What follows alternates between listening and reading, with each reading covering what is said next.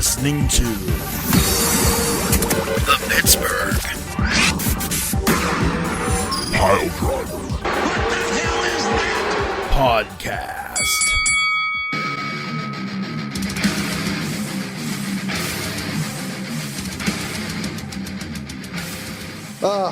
It's Thursday. It's P3 day. I'm dragging. Not the kind from Skyrim. I'm dragging like a motherfucker. So I'm hoping these two other mooks can get me amped up. Hopefully they get into a fight, and that gets me all wound up and excited, and I get some energy. I'd say that's probably a pretty good. The odds, I think, are in my favor, because if there's ever a person that can get beef wound up, I think it's Poot. Oh yeah. And if I can bribe him hard enough, I think he'll find a way to get beef all wound up. They'll end up in a fight. I'll get excited. I'll get wound up. It'll be a good pot. So the pressure's there. I hate to put the pressure on Poot, but I'm going to put it. I'm going to put the pressure on him. In any case, if you haven't already gathered, it's time to talk wrestling. We've got 3 of the 4 P3, 4 of the hold on. Hold on. Figure it out. No, I mean, I got it. It's just it's a little stroke. It's fine. We have 3 of the 4 P3 guys here. Nailed it. We've got Poot the Bard. We've got McDummy. And we have our illustrious Cruiserweight champion who shall never be dethroned and will forever bring glory and peace to our podcast. That's right. One's up. It is the tribal Beef the legend. Tiger Von Fawn is off doing tigery things. He's plotting. He's trying to figure out a way to usurp the title from our illustrious champion. I wish him all the luck in the world. We'll see what happens. As long as it stays within the P3 home, that's all I care about. You hear that, Dave and Pat and Ryuk and Scooby and Pat 2, the Electric Amber Lou? It all stays here. That's all that matters. It stays home. It stays where it belongs, and it's gonna. So there's your challenge. Let's see what you can do. We are 2 weeks into the era of Raw on Netflix, and in typical wrestling fashion, boy howdy, don't we have more drama to talk about in the wrestling world, and I'm all geeked out for it. So I'm going to turn the floor over to Pete and Boof and Pete, Beat and Beat, these guys, and we're going to try and, we're going to try to figure out what the fuck's going on here. He's going to turn it over to Screet and Deet and Deet. The So, Beef. Well, before we do anything, let me go over the Cruiserweight title scores. Oh wait, because I am still the man. Continue, Poot. Well, I'm here for it. Hashtag anyone but all the Daves. Hashtag anyone but the army of Dave. Oh, jeez, Dave. So, poor Dave. Hail to the king, baby. Go on. So I feel like we need to start with one of two things. We either got to start with AEW drama or a really cool thing that happened or not AEW, WWE drama, or a really cool thing that happened in AEW. Beef, which one do you want to start with? I'm interested to hear what you're going to talk about with AEW, because I got a lot of bones to. It's still Festivus in AEW land for me. I got a lot of problems with you people, and you're going to hear about this it. One, let's start. Well, okay. There are a couple things to talk about from WWE this week. I know that you're probably all geeked up to talk about Penta, so let's talk about Penta, Pooh. What did you think? I know that we talked about it last week. I know that you were geeked up, that you're a big Penta mark, bigger than myself in this scenario. What did you think of the big debut? So, couple things. Music was a downgrade. Music's a downgrade. It's nothing to write home about. It sounds very creative wrestlery, in my opinion. I understand why they held it off for a week as well, aside from just time running. That was the right town, the right place for Penta, especially for the promo he cut afterwards. Now I understand that Penta, I am well aware of the fact that Penta, like, went overtime and there was supposedly people backstage, other talent were Fucking pissed off. allegedly. Fuck 'em. Let me address that real quick. Right. If he went overtime, there's no fucking reason that fucking Raw on Netflix would have ended at 10 gosh darn 30. There is no I don't believe that shit for 2.5 fucking metric seconds that he went over any kind of a time.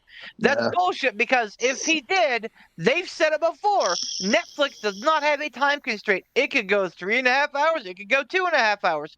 This one went the latter. That's bullshit, and it's fucking dirt sheet bullshit. Go on, Poot. Anyway, all right, fair enough. Music was a downgrade.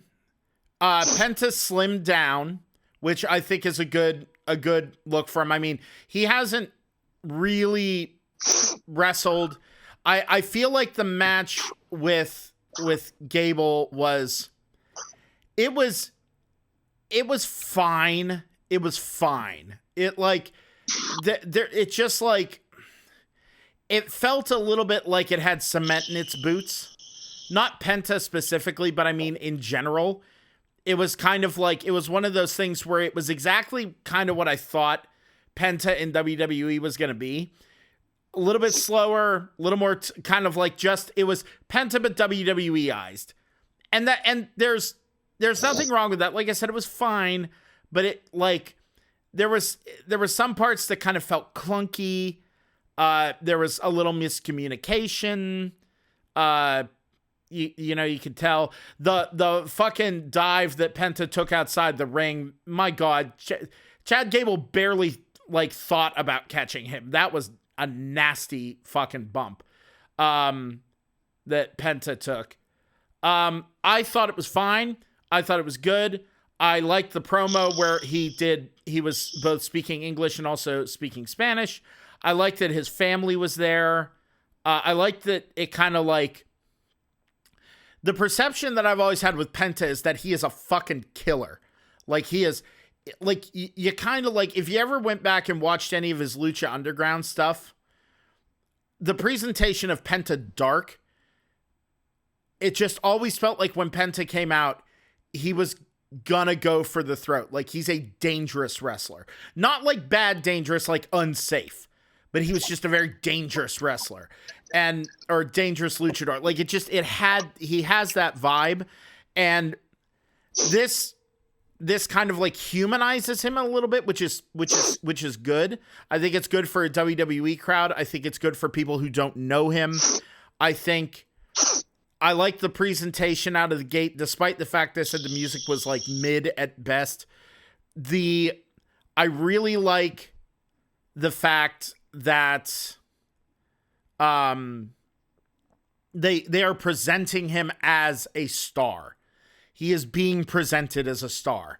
Like he is being presented as top tier in the sense of like, this is a get. Like, I don't know. I liked it. I'm excited to see where it goes. I don't know. It was fine. I'm happy to see Penta in a place where he's, you know, kind of getting his due. He's working on a world stage. You know, I like how Michael Cole said, people consider Rey Mysterio the best, you know, luchador in the world, and Penta is a very close second. I like that. I understand there's a lot of arguments that could be made, but it's just the presentation, the package, the pyro, the lighting, everything just felt like it was like he was being presented as he should. And the match, like I said, it was fine. I thought it was fine. That's kind of where I'm at. You're being a little hard on it. I think there was a really good match, man. There were some clunky spots. But I mean, like, I don't think Gable speaks Spanish. I mean, Penta's been wrestling in the Americas for a while now, so his English has gotten a lot better. That's what I'm saying. I wouldn't necessarily chalk it up to that. It is a new style for Penta, but I think he translated what he does perfectly. I thought it was a hard-hitting match. I thought it looked really good. I thought he did a great job selling, so much so that there was fear of him having an injury, and they're like, nope, he just sold really well. Oh yeah, well, but again, I'm not no, go ahead, good. go ahead. No, you go ahead. Yeah, I was just gonna say I'm not super jazzed about him not using the package pile driver. But like if the dude who like started the package pile driver is starting to use it again, I'm fine with Penta not. The Even Penta though driver they can still have looks 8. good. It still looks good. Well, I mean, it's nice to see fucking Made in Japan actually win a match too. Fucking looking at you, Shingo. But like I get it, even though they have fucking like 18 wrestlers that have a DDT as a finish. I understand when to differentiate yourself.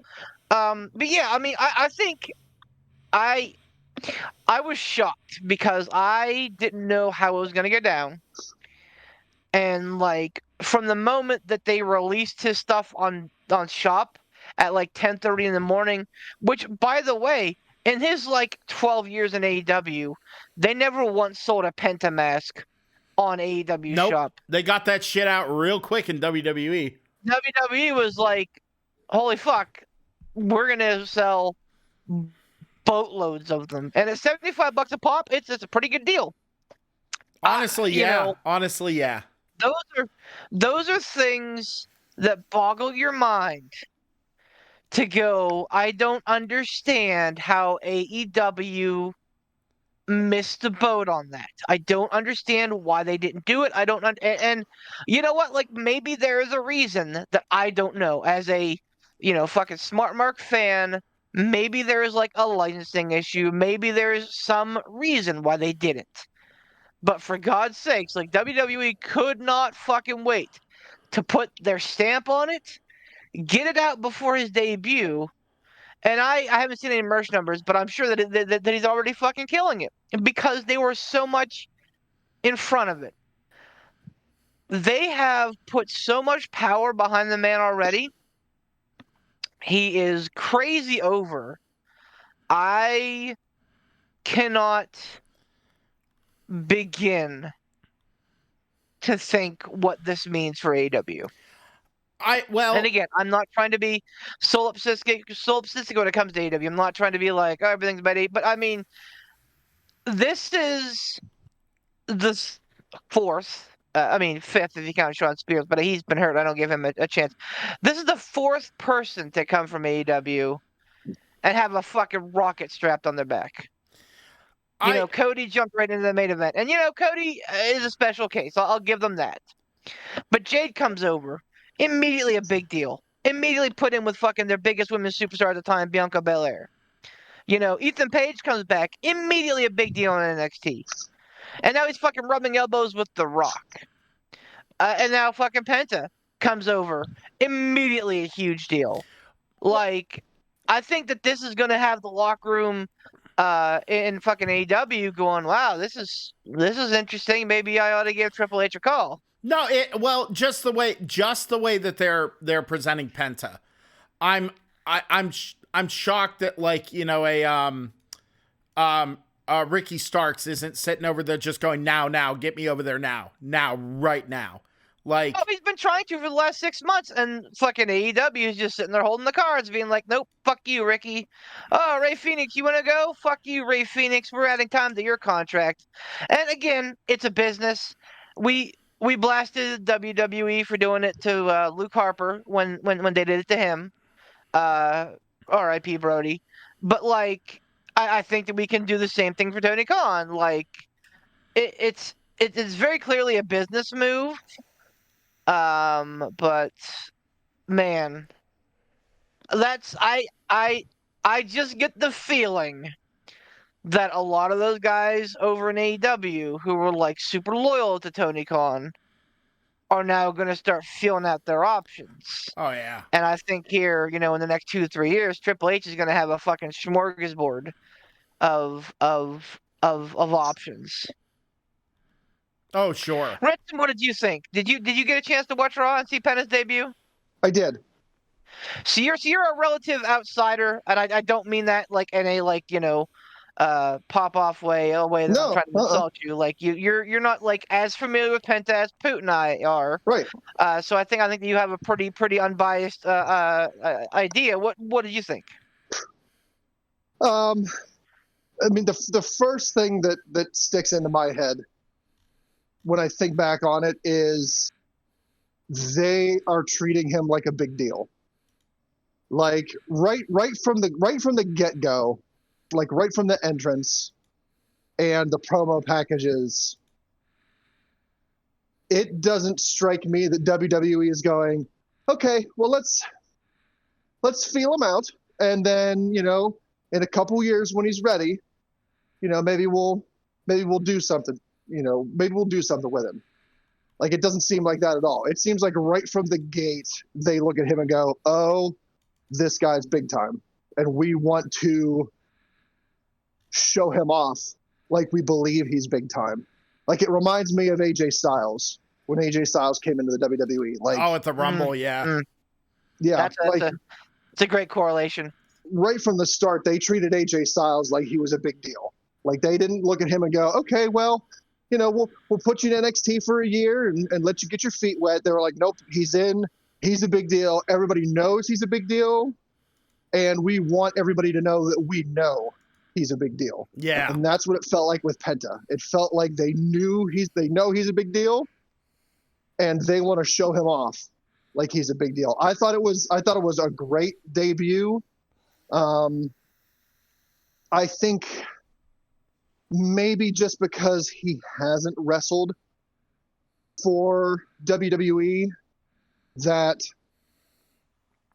maybe there's just a little bit of a learning curve, as in, like, this is how we wrestle on WWE TV. Like, because I think everybody, at least, people that have come from other promotions or from the indie scene, interviews that I've watched, they always say there's a definite learning curve when coming to WWE. Like, how to show off for the hard camera, where to look, the timing of things. Everybody says that WWE is a different animal altogether. So, like, I'm not going to chalk this up to like, well, the WWE-izing Penta. Maybe they are. I'm not saying they're not. What I'm kind of looking forward to or hoping for is that there's just a little bit of a learning curve on, I guess the best way to do it is, like, air quote, how we do things here. Hopefully it's just that. And as time goes on, and as Penta gets more comfortable with, how they want things to go, the flow of matches, whatever the case may be, he just kind of, he fits into his shoes a little bit better. But I thought it was great. Great debut. Like you guys had said, like, with the merch sales, holy moly, like, I would love to see the numbers. Like, I can't wait until the numbers come out just to see what he's doing in merch sales. I bet he makes a killing, because I think Rey always did.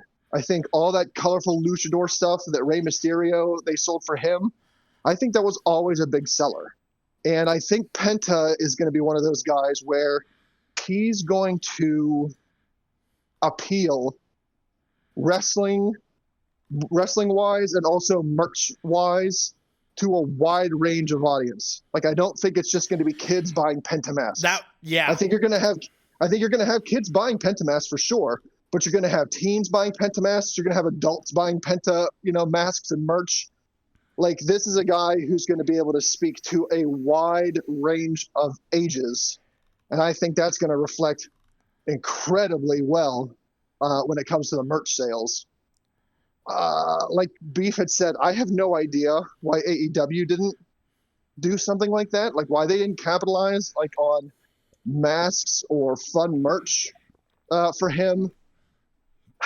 I almost wonder, and again, this is all speculating on my part, I almost wonder, like, if AEW is so busy being wrapped up in their mantra of where the best wrestle, that they're not able to see the opportunity in front of them. Like, yeah, we're focusing on, we're the best wrestler. That's great.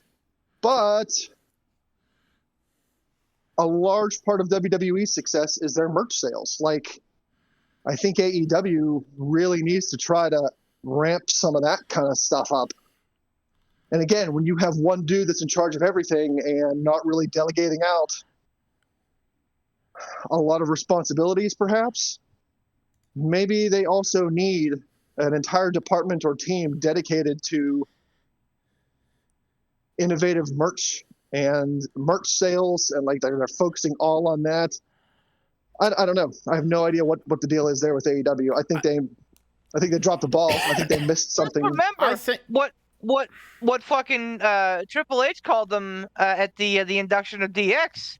He called them a fucking pissant T-shirt company. Like, how does an organization widely regarded by naysayers as like a T-shirt company miss out on fucking merch? I'll tell. I think it's part and parcel to the fact that, AEW had like merch for wrestlers, but wrestlers still also had their own merch stores through.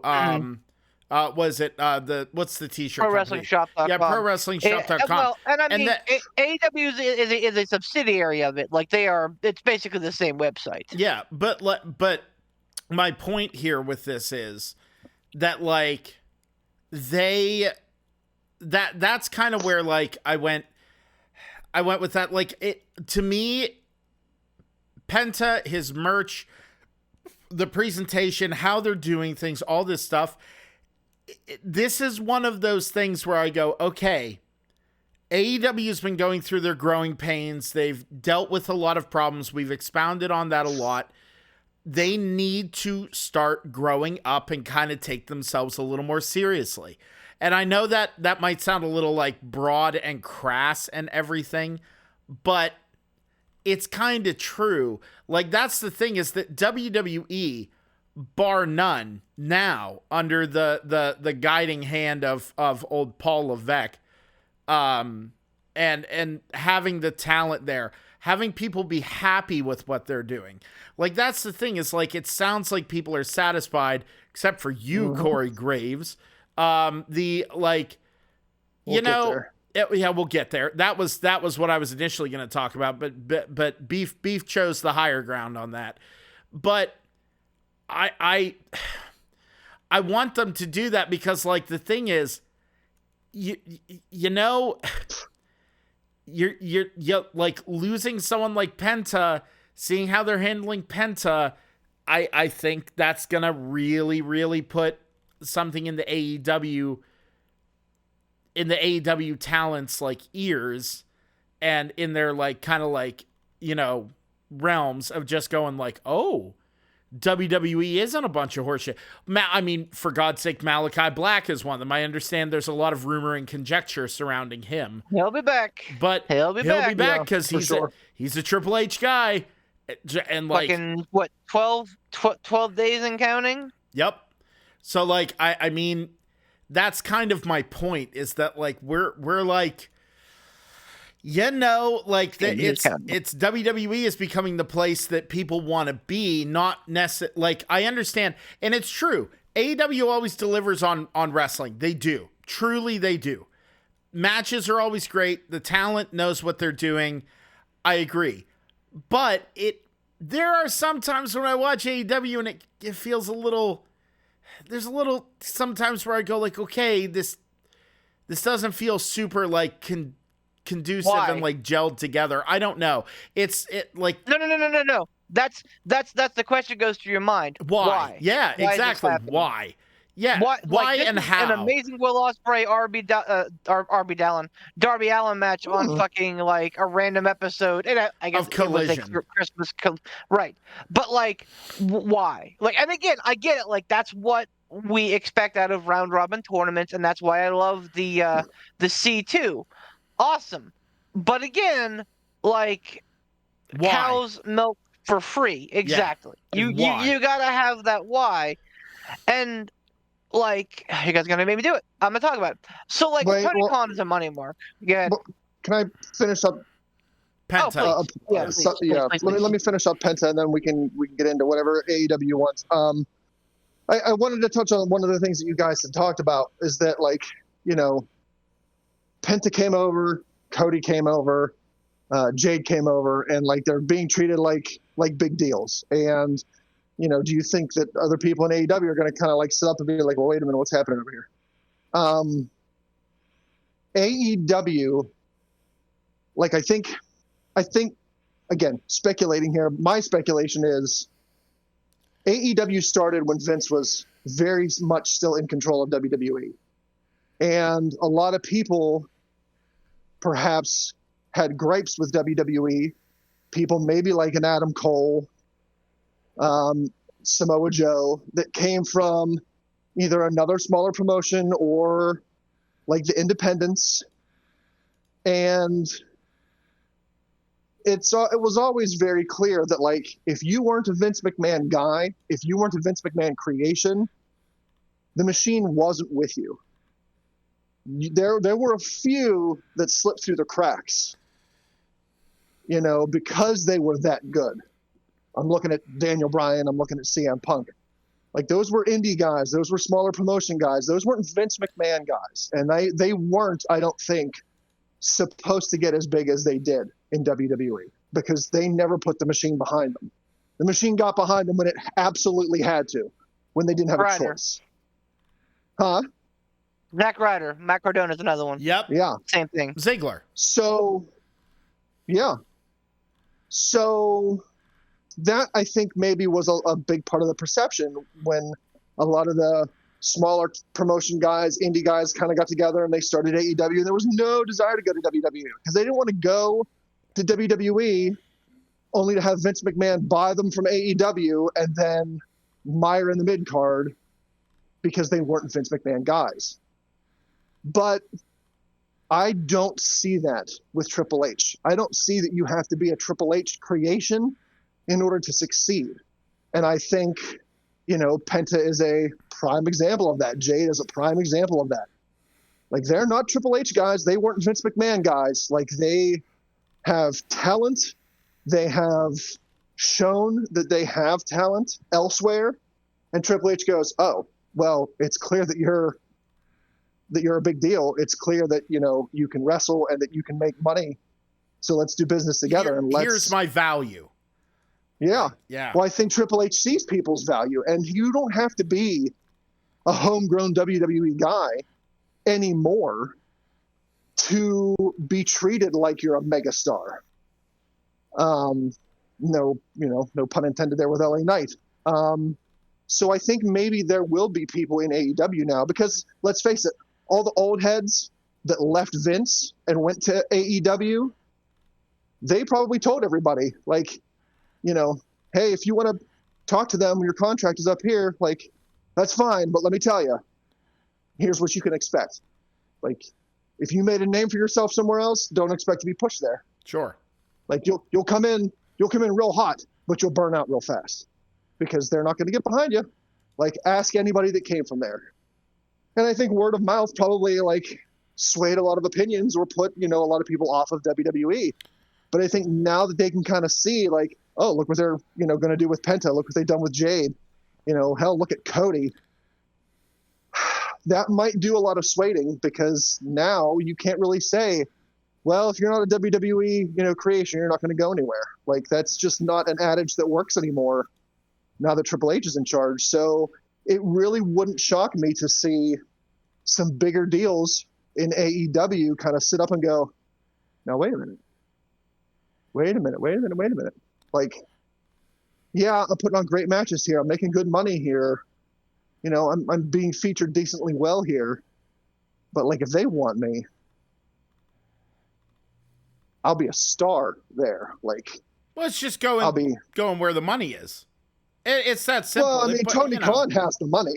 Tony Khan has all the money too. Like, you know, he could probably outbid WWE on some people. But, like, I think that, and let's face it, like, I'm not trying to, like, poo on AEW here, but, like, WWE,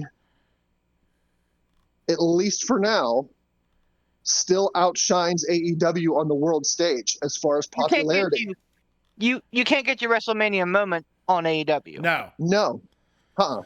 So no, it honestly wouldn't shock me. Like Malachi, I could see him coming back. The guy that Poot said, I always forget his name, Ricky Starks. Yeah.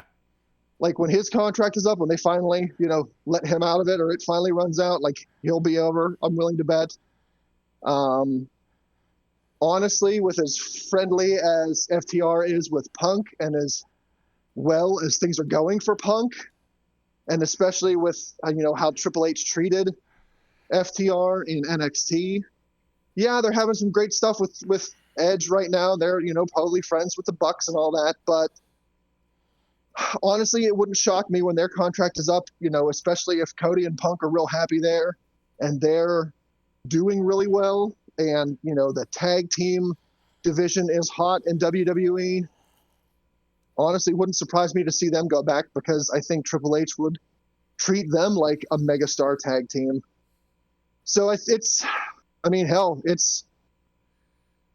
anybody at this point. I think if their contract is up and they're widely regarded as a great performer, and WWE looks at them and goes, I could take them and make them from a great performer into a star, wouldn't surprise me to see jumping ship. Yeah. I think that AEW is going to be fighting for some scraps. Okay, let's set expectations here. You said it yourself, Tony Khan has more money, and he does. He has more money than fucking TKO. So, like, if it's in his wheelhouse that he wants to pay more money for X, Y, or Z, that's probably going to happen. But you have to start leveraging some of this stuff. And you have to say, where do I want to be? Do I want to be in AEW having amazing matches, getting paid the bag? Or do I want to be on WWE where I may not make as much, but I'm going to get way more exposure? I'm going to get my chance to have that, that WrestleMania moment. Right. And you'll probably no make more in WWE in merch sales than you were in AEW, not to mention, like all the royalties and stuff that people can make in WWE. Yeah, maybe, but like I think the bigger deal, because all right, like I'm not a wrestler. I've been friends with other wrestlers, but like I don't think anybody gets into this business to say, I can't wait to go to All In London. Maybe they do. But like, people start this business because they saw Hulk Hogan versus Ultimate Warrior one Sunday and they were like, this is magic. Because they saw Macho Man Randy Savage flying off the top rope and they go, wow, this is awesome.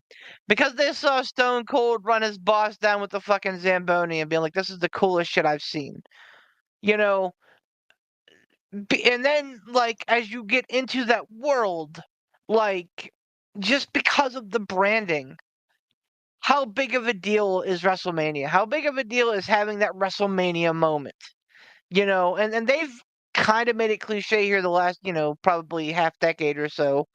But like having that WrestleMania moment has become its own, like it kind of insists upon itself, but for a good reason. Because once you have that moment, you are indelibly etched into the memories of millions of people through the annals of time. Hogan and Savage, the fucking handshake. Warrior and Hogan, the fucking standoff. Hogan body slamming Andre. Fucking Austin and The Rock, the flash bulbs. Hogan and The Rock, WrestleMania 18. Cody finishing the story. There are so many that we can't even name them all. But like they are remembered so fondly because of what they are. And I think the WWE has done a good job positioning themselves with that. And now, yeah, and now WWE has the ability to reach out and have tendrils out there, not just in the wrestling community, but like these prime time athletes, these big time college names who are just exceedingly amazing athletes. If they don't get drafted for their sport or whatever, Triple H could say, "Hey, you know, Come train. let's talk." Yeah, let's Yeah. talk. And they may say, "I don't know bunk about wrestling business." Fucking neither did Kalani Jordan, and look where she's at. Tiffany Stratton was a fucking gymnast, and now she's the WWE champion, women's champion. So Well, like, it was just a matter of time. Tiffy I time. so like now WWE has the best of both worlds, where they can like choose what like generational indie talents they want to like support, but also have these like freak athletes that are just incredible and say, listen, man, you have the genetics, you have the talent. Talk to, Shawn Michaels. Talk to Triple H. Talk to CM Punk. Talk to Ivar of the Viking Raiders. Talk to these people who have the wrestling fucking genome beating in their souls that will help you understand the ins and outs of what we do. And we will make a fusion hybrid that will shock the world. Yep. No pun intended. I Um, not the fucking grandstand, but like I there don't it know. is. That was I not to grandstand, but that was some grandstanding. Thanks, man. That was no, it was. I do. It's good grandstanding, and yeah. I do okay with the oration sometimes. But I do have some venom I want to spit Ooh. AEW's way Oh. because I'm so tired. Like Joe's back though. he is, and Joe's that's back. fucking awesome. But where'd he return? Middle of the fucking card against fucking Christian et al. Christian, some young guy, and his mom. There you go. All right.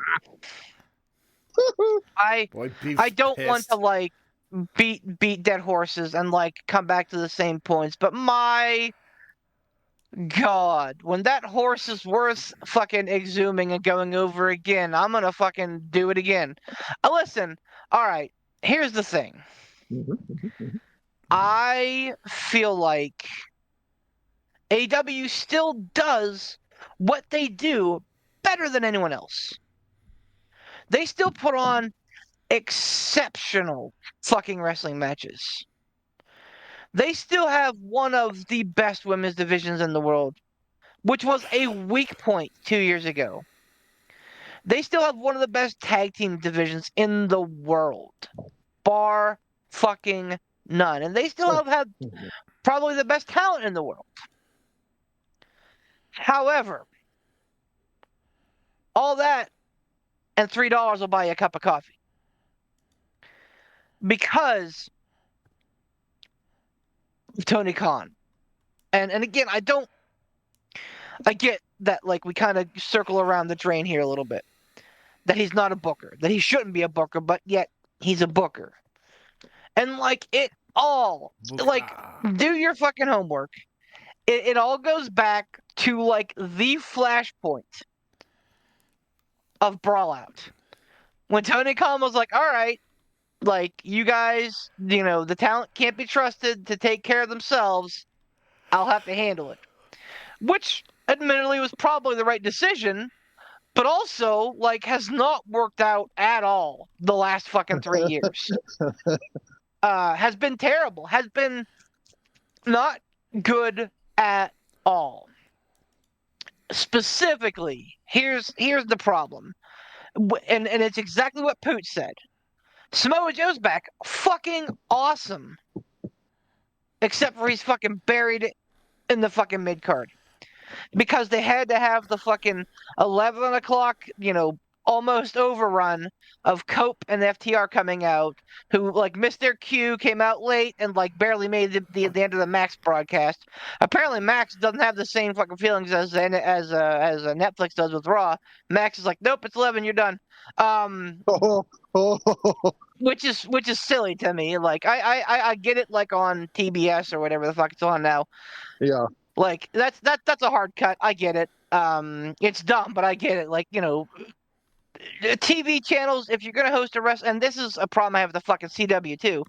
TV channels, if you're gonna host a wrestling show, plan on a 10-minute overrun. If you don't have it every week, that's okay, but assume it's going to be there because for whatever reason, that's just kind of part of the thing. Anyway, fucking Tony had to have Cope and FTR come out at the very end of the show. It would have been a lot fucking cooler if it would have been Samoa Joe. And that is the problem. The wrong guys are getting featured. There was like a big fucking, I don't know, 15, maybe 20-minute segment with MJF and Jeff Jarrett again. Yep. Jeff Jarrett is undebatably the king of the carnies, man. Somehow, he has convinced Tony Khan that he is worth a quarter of his weekly TV time, at least on Dynamite. Somehow he's worth languishing one of his top probably 3 talents in MJF. Like, oh, they had a great verbal sparring, blah, blah, blah. I don't fucking care because it's Jeff fucking Jarrett, who has not been relevant since fucking NWO 2000. All right. Which, all right. by the way, hold on, they're revisiting themselves with the Death Riders. Because that's all the fucking Death Riders are, is fucking NWO 2000 with a different coat of paint. It's a bullshit. It's a bullshit story, and a guy walking around with your title in a fucking suitcase. Tony Khan did an interview, I think, last week, talking about how beautiful the AW title was and how he wished it would be seen. Like he's not some fucking dumb money mark. Guess what, buddy? You're the owner, and we all fucking know it. Fucking snap your fingers. Do like fucking Vince did with the NWO, where it was just over. He walked to the ring with the NWO music, and he was like, that was the last time you heard the NWO theme. And that was it. Oh. Boom. Thanos. Do the right thing, Tony. Put this fucking Death Rider thing out of misery. And I can't explain it. The Blackpool Combat Club was so cool. They were edgy. They were violent. They were faces. But like they were almost anti-heroes. Because they were cool. Is the only way that I can really put it. The anti-heroes are always cool. Yeah. Like they're always cool. Venom, Vegeta, like anti-heroes, but always the guy that you were like most excited to see, and that was Blackpool Combat Club. Yes. Steve Austin was an anti-hero to start. So I don't understand how you have the same fucking people, but add Pac and subtract Danielson, which yes is a loss, but like not a huge net loss.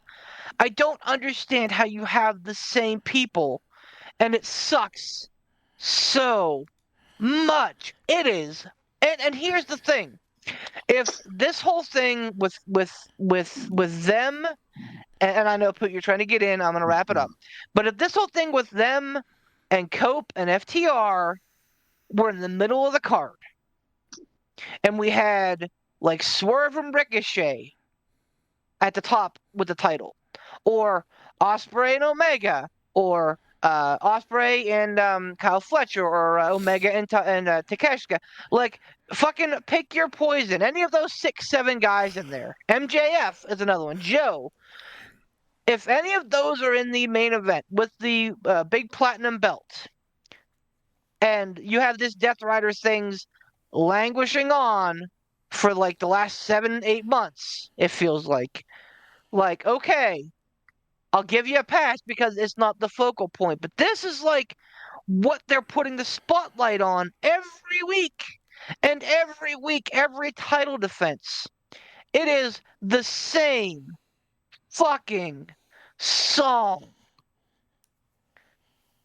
They need to kill this angle or at least find a way to get the world title out of it.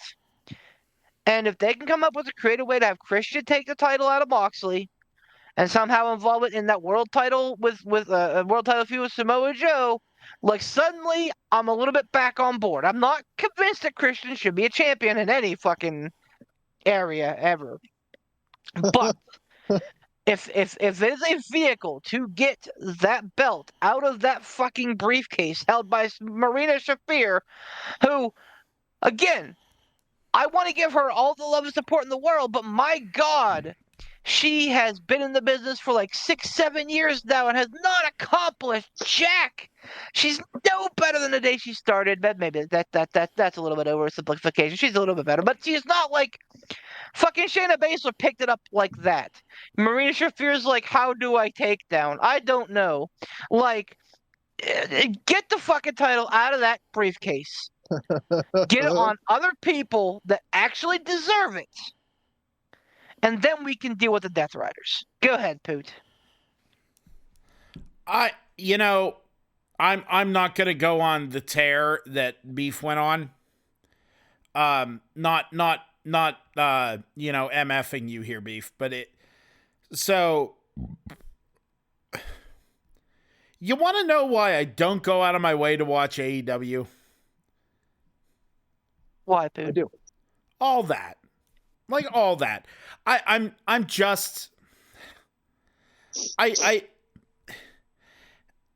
every time I watch AEW now, after about 15 minutes, I just go, and again, this kind of goes back to what we were saying earlier.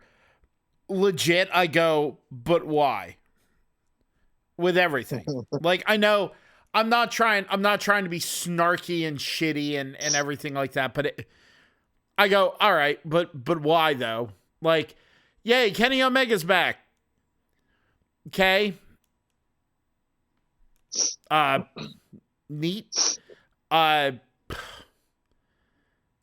Samoa Joe was back. I got hyped. I was like, oh, great. And then, like Beef said, I went, oh, they're gonna put him in the mid, and like, okay, yeah, like maybe get him going again, get him moving again, get him doing something. But like Samoa Joe doesn't need to get going or get moving. He's Samoa Joe.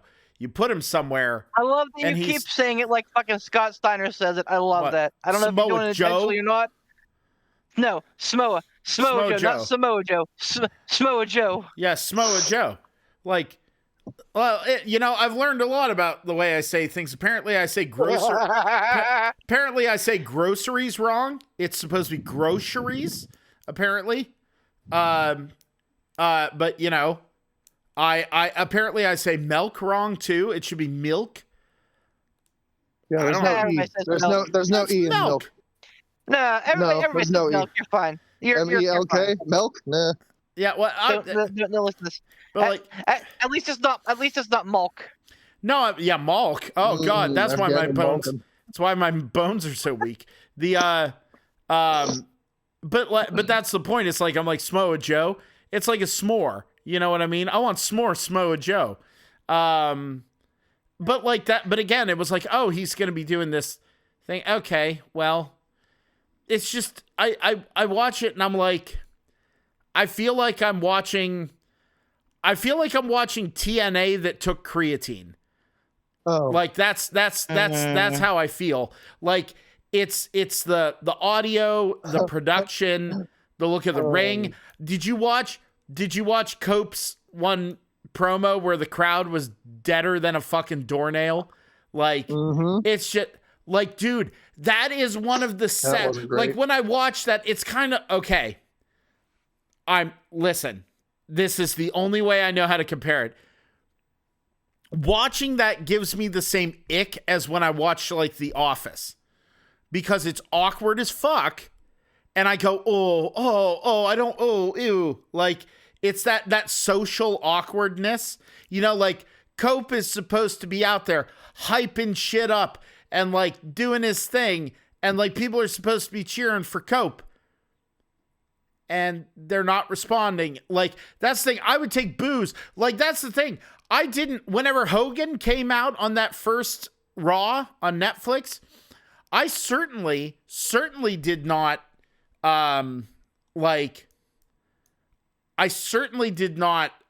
feel like awkward or cringe. I fucking went, yeah, they're booing the fuck out of him. He should be booing the fuck out of him. I was like, yeah, boo this man, boo. Yeah. Whenever Exactly. Whenever Penta came out, and people were cheering and having a great time and everything, I'm like, yeah, great. But whenever the crowd goes fucking mild for someone, ooh, that's like the worst. I hate that. That's just like, especially someone with a lineage of Edge. Like, Well, and I mean, like, maybe that's a fucking sign, fucking Bill Engvall, here's your sign, Tony Khan. Maybe that dude shouldn't be fucking your main event. No, and I don't even see it that way. I go like, see, you're doing it wrong. There's shit that's being done wrong. Like, it just, I don't like it. I don't like that. I like the fact that they have those, like, I feel like the only reason WWE is doing those drone shots of the arena is because you can't fucking purposely fly a drone to hide empty crowds. Like, like, and it's fucking true, man. I mean, like, I didn't say you were wrong. If they start, here's one thing I'll come to their defense. I think that they are operating more inside their boundaries now. I think that the setup last night for Dynamite was pretty fucking cool.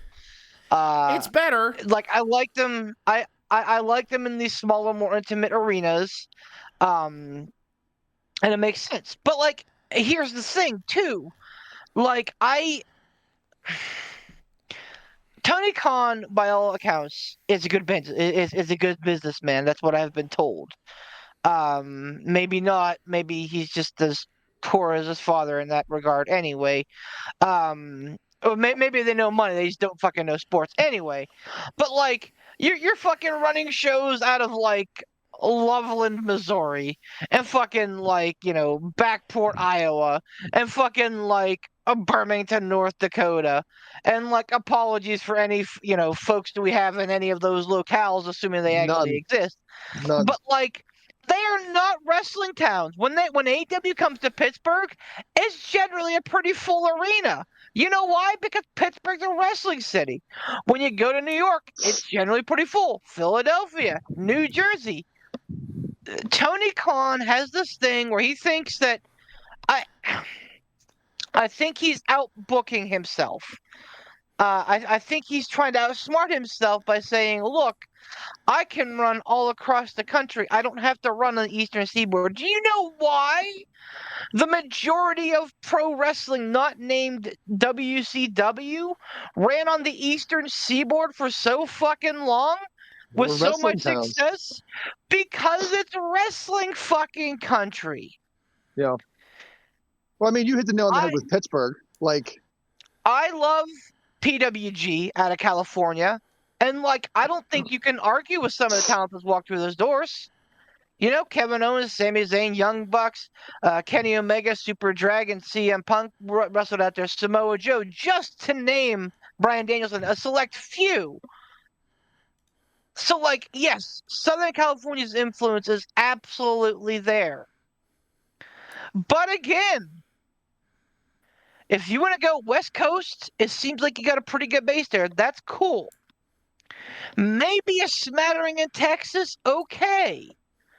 But, like, farm country in the middle of the United States, not so much. Don't book the Oklahoma City Thunder Arena that seats 10 to 12,000 people and expect that many people are going to show up just because it's wrestling. It ain't. It ain't. Well, but see, the thing is, I honestly think it's, I don't think it's just where they're booking, dude. I think it's honest to God, Oh no, it's definitely more. No, for there's sure. more. There's more to that, but I really firmly, truly believe that, like, man, it's a lot of like. It's just a lot of, I don't know. It's just a lot of everything. I watch AEW when I turn it on and I watch it, it feels like I'm watching WCW again. Just everything. Dear. I'll say this too. Like the last couple of shows on Max, because I know what you're saying, but the last couple of shows on Max, I think the presentation's been better. I don't know how they've come across on TBS because I stopped watching on TBS. Because I don't like to watch on my standard set. I like to watch things that I can watch in ultra high def, like Max. So I think that the visual presentation and the audio presentation has been a million times better since they moved to Max. I'll die on that hill. Okay, you can die on that hill, but it still feels like WCW. Like, it doesn't have the polish and the I don't know, the gravitas of a WWE. And I understand there's other factors outside of what I'm just talking about, but man, it just sucks. Cause I think back 4 years ago, and AEW it felt like you were watching, and we said this when we went and saw it. We said this whenever they got a TV deal and stuff. It felt like you were watching a really great independent wrestling show that had weight and professionalism and everything to it. And now it feels like a playground for a fucking mark. Can I venture an opinion? Oh, please. It really seems to me, especially nowadays, that AEW has a prioritizing problem. I don't think they're prioritizing talent and spots like they should be. And this harkens back to, what you guys were saying with Joe. Joe came back middle of the card. They should be prioritizing him as a main eventer. The title being carried around in a briefcase with this stable. Have the stable. Have it. Who cares? They shouldn't be prioritizing it as, the new NWO or the new D-Generation X. It's not that. It's not top of the card. And it shouldn't be prioritized that way. Somebody else should have your title. A young, that's a bad thing to say. A younger guy should have your title. That's not always the case, but it shouldn't be prioritized in this stable being carried around in a briefcase. That's a prioritizing problem. I have tried my damnedest to defend Chris Jericho in AEW as much as I possibly can, but I think the time has come where Jericho shouldn't be prioritized. If you're going to have Jericho there, fine, but he should be middle of the card now as well. I don't think he should be one of your champions. The Ring of Honor title to me, and maybe this is my incorrect perception, but the Ring of Honor title should be a title that you put on a younger guy that is an up-and-comer that you look at and go, oh, this Ring of Honor champion, he's going to be AEW champion here pretty soon. Because, look at all the opportunity he has, for his future. Chris Jericho shouldn't be holding a title.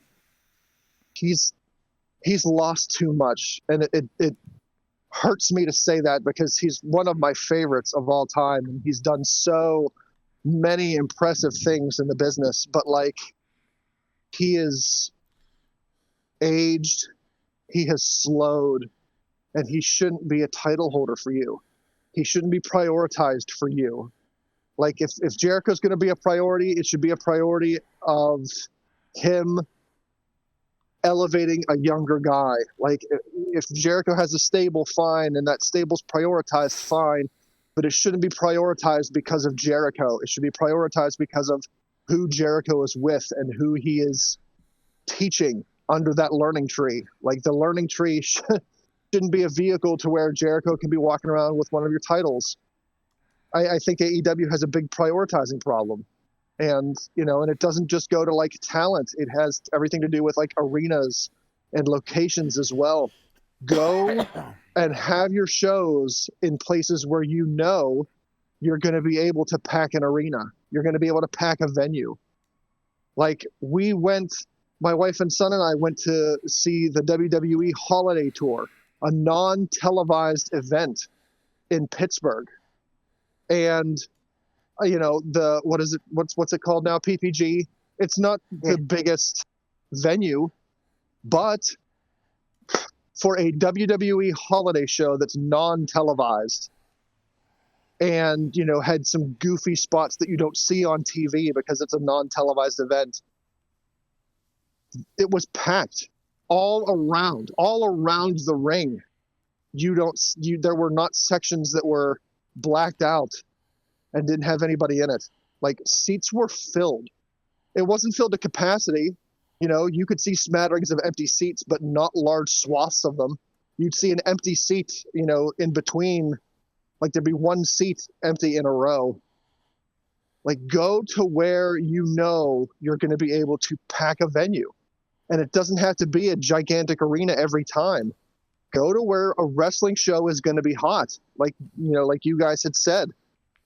That's what you need to be prioritizing. I don't understand their thought process on what they see as most important right now. I think what Tony Khan sees as most important right now is not what the general audience sees as most important. And I think there's a disconnect there because Tony sees one thing as important and everybody else watching goes, I don't understand. I don't understand why you're doing this. Like that doesn't make sense to me. And I think when you have that disconnect with your fans, regardless of whether or not you're the guy in charge, and we talked ad nauseum for years about that being a Vince McMahon problem, is like Vince prioritized something because he thought it was important, but it had such a disconnect with the fans, and I think Tony has kind of fallen into that same trap where he sees something as like, this should be the most important thing or one of the most important things. But he's so off base and out of touch with what the fans want that it's a detriment to them. And I don't know what needs to be done for him to go, oh, okay, I gotta get in sync with what the people want. I can fix it. Like I can, it's like one of those things where it's like, one of those puzzles where it's like you only have 3 moves to complete this. I could fucking do it in 2. Pull the world title out of the briefcase, give it to one of those other 8 people I mentioned. Retire Jeff Jarrett. Oh. Done. And again, like the last outlaw. Plenty of respect for what Jeff Jarrett has done in the business. I think he has drawn a dime, Vince Russo, so you can suck on that. Plenty of respect for Chris Jericho. He was the guy, he was the superstar that AEW needed to start their company. When there was a lot of eyes around and not a lot of people stepping up, Chris Jericho was like, you know what? I'm going to burn probably the most lucrative bridge in my life, but I'm going to give this a shot. He was the guy that they needed then. And now, the guy that they need to step back. Adam Copeland. Not a main event guy. Wow. Right Anymore, I would agree. Anymore. And let's be real here. He hasn't been. Okay? His work with the Judgment Day, amazing. Not main event. Upper mid card. That's fine. Yeah. You can be upper. They can put the Moxley Cope match and the I almost call them Death Triangle. The Death Riders FTR Cope match in the fucking like semi main. And if you want to double the main event, that's cool. As long as it's literally not the last match on the card, I'm game. I think Edge still has that. Adam Copeland still has that kind of a cachet. But again, he has not been a main event player for a number of years. And whenever he first came in and he was doing stuff with the TNT title, I'm like, yes. The Cope Open, yes. I was The sad that Copen, if you Malachi didn't will. win. I was sad that Malachi Black didn't win. Even sadder because Edge fucking broke his leg. I think he was the right dude to beat him anyway. But I think that was a great spot for him. Kind of like we talked about with Cody back in the day, where the TNT title was kind of like made for him and was a great place for him to be. It just fucking worked. I don't know if this is a Cope thing, like, hey, I want this as part of my agreement that I'm going to be featured heavily in main events. I don't know if this is a Tony Khan thing going, oh, it's Edge. Of course I'm going to main him at Edge. But, like, it ain't working. And, like, sometimes you have to be able to take the temperature. I wouldn't say that he's quite as off pulse as McMahon was at his worst, because that's pretty off the beaten path. I will say that I don't think that Tony knows when to quit, and I don't think he understands when it's okay to kind of like jump off of the boat. And I think that we're at that point with the Death Riders. And again, like, I don't mean to harp on this, but I think that that's like the biggest problem I have. Like, is Jeff Jarrett versus MJF a problem? Absolutely. If everything else is going well, is it passable? Probably. Is Adam Copeland the main event a problem? Probably. If it's not for the world title, is it an issue? Is it a little bit more forgivable? Yeah, a little bit. But like this Death Rider thing, from the beginning, has insisted upon itself. And, now here we are, months later, where we're still getting cryptic promos that are going nowhere. There's no, like, rhyme or reason behind it. Moxley he keeps saying he's doing it for AEW, but, like, he's not explaining to us why. And we're not getting the manifesto. Right. We are, but it's buried in, like, weird fucking, like, conjecture. Epithets and fucking... Well, not in conjecture, but, like, weird fucking, like, epithets and fucking, like, puzzlings and musings. And, Moxley's a lot of things, but he ain't Bray Wyatt. Bray Wyatt could fucking spin a yarn about nothing. And you'd be like, my God, fucking goosebumps. I'm here for it, yeah. Right, he could be talking about a fucking McChicken he had for dinner last night.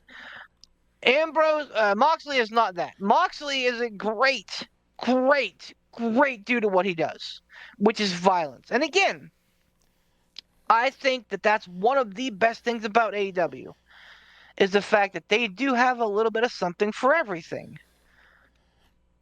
For everybody, rather. But I think the problem is that this Moxley thing, first of all, I would argue that, like, the Moxley Death Rider thing is definitely not something I would put on, like, center stage. Like the death match. And Moxley's been involved in all of them. From his first match with Kenny Omega at Full Gear, which was a blackout match, the fucking barbed wire exploding death match, the fucking blood and guts matches, like all of these. He's involved in all of them because that's what he excels at, which is great. But here's the thing. For casuals, that ain't it. And I talked to some casuals. You know, they don't appreciate that kind of like blood sport approach. So to have that be like your spotlight is definitely a question. And that's why I think I'm wondering, I'm starting to wonder if it's coming down to dollars and cents. To where Tony Khan said, all right, I'm paying through the nose for John Moxley. I'm paying through the nose for Cope. Because I'm putting all this money into them, let's make sure that they are my main stars. I think that's just yeah. that's a business mentality. You have to make your investments worthwhile.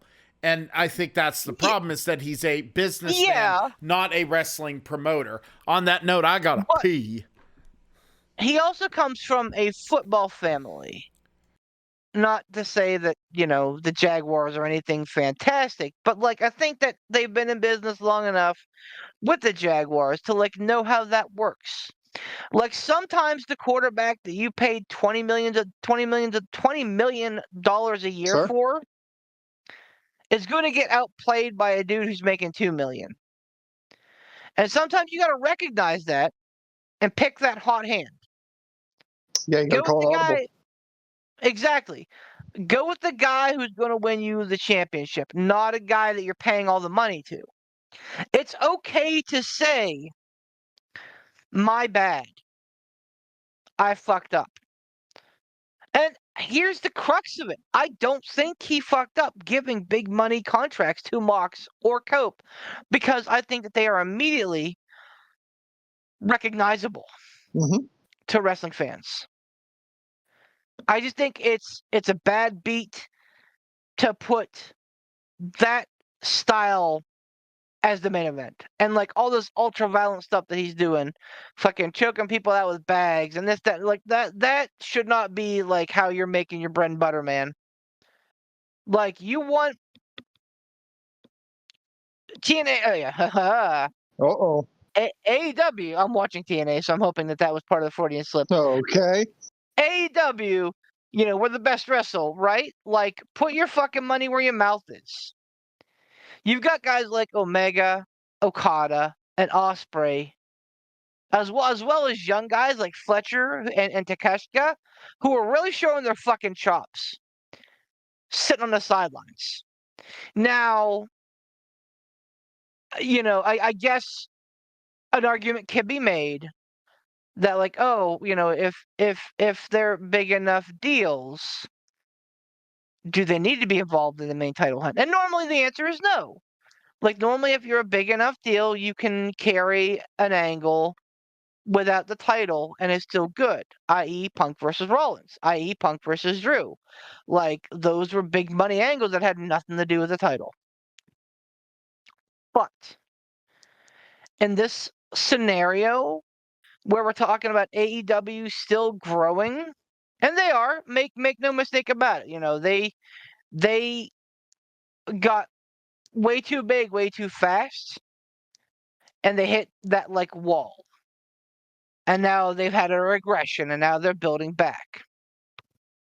So, like, absolutely, and that's fine. That's cool. I get it. It's fine. But you got to be able to, call those audibles and realize, for example, when Hangman beat Swerve, or Swerve beat Hangman, I don't remember how it actually ended, but I remember the Hangman burnt fucking Swerve's house down. And I was like, dude, this dude's fucking nuclear right now. Like, Hangman Page has never been hotter. Put the title on him. That was bonkers. They had the opportunity and they missed. Yep. Jay White was hitting a real hard stride there. Same time frame. And I'm like, oh, maybe they're gonna put title on Jay. That'd be great. Nothing. Nope. So like So you're saying trigger pulling might be part of the issue?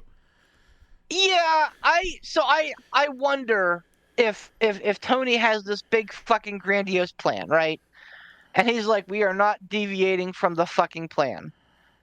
Like, because I think they caught it in the butt a little bit by doing that the previous year, where they put the title, they took the title off of the longest reigning champion MJF and put on Samoa Joe, and then put it on Swerve because he was the hot money at the time, and then they dropped it to the Dragon because they wanted to get the title on him for his retirement tour and this, that, and the other thing. So like I get maybe if you abandoned some long-term stuff at that point and you did that and you're like, well, it didn't pan out. No, you know what? I'm going to be stalwart. I'm going to stand by my long-term plan here. But like, even if that's the case, my God, you got to give us more than I have a plan. Well, I can't just give you my plan. Then you have my plan. You can give me part A of your plan. I'll give you part 3. So Color code. So what's going on with your plan? Well, my plan's my plan. Right. Color So code like, said documents. TM. TM. Did you just trademark? It's a proper trademark. I think that Tony and looking back, I'm gonna say no shade for putting the title on Swerve off of Joe. I think that was the right move at the time. Swerve was super hot. No shade for switching it to Dragon because again, I think that Bryan Danielson's timetable moved up extensively because of what he had going on.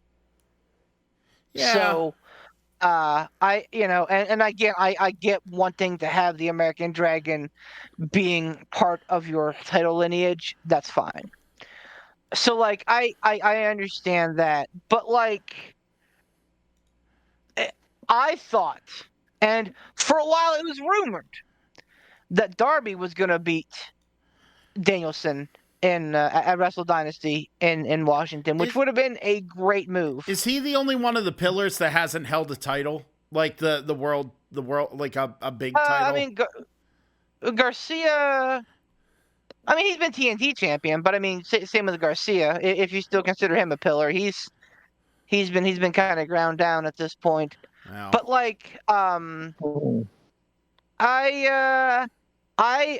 I think that Darby would have been a good call because he was a hometown kid. I think that the crowd, while being sad about Danielson, would have accepted that. And he's an AEW guy. He's going to give you something that you don't normally see. It's not he can fall into the ultra violent when needed, but like on the most case, you get a solid match with Darby Allin with some crazy fucking spots, which I think is fine for a casual wrestling fan. Why they changed it up and went with Moxley, and they're doing this thing. The only thing I can think of, and this is not going to make it better or right, but I think Tony has this plan where he's going to bring back Danielson, and Danielson's going to beat Mox for the title. I don't know when that's going to be. But like I think that was maybe initially the plan. And again, because the whole thing was like, retire as a full-time wrestler. We've seen plenty of part-time guys do damage before. Yeah. So I think that, and I mean, again, like, okay, it may have worked out good, but like, I don't think that we were planning on Danielson taking off like 8 months, and this whole thing just like winding to a fucking standstill to the point where, and it's not just us. Again, this is kind of the temperature of the room right now in AEW, is that like they're still putting on incredible shows. Their pay-per-views are still great. They have amazing wrestling. Fucking Omega and Cage was really good the other night. So like, they still do what they do really well. But again, man, until you clean up that main event scene, you're gonna have to work twice as hard for any notoriety.